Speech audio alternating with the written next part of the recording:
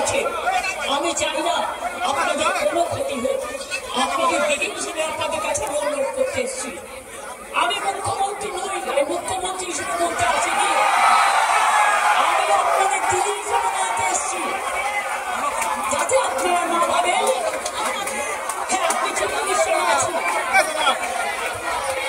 আমি আপনার পক্ষেও বিলম্ব করি, কিন্তু আপনাদের কাছে এসেছি যদি বলেন as a chief minister, as a elder sister এবং আপনাদের আন্দোলনের সমব্যথী এবং সমসাথী, তবে আপনাদের অনুরোধ করব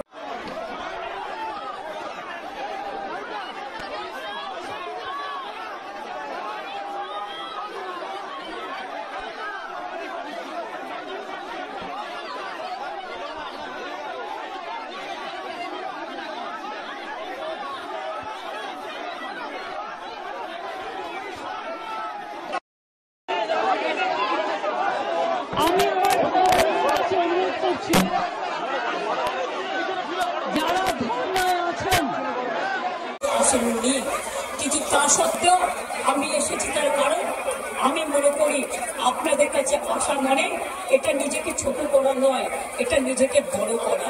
তাই আপনাদের আমার আবেদন করবো, আপনারা বসুন, আপনারা আলোচনা করুন, পরে সিদ্ধান্ত নিন। আমার আপনাদের জন্য করে দিলাম, বাদ বাকিটা যদি আমার উপর ছেড়ে দেয় আপনারা জাস্টিস পাবেন, আপনারা ইনজাস্টিস হবে না, এটুকু আমি বলতে পারি।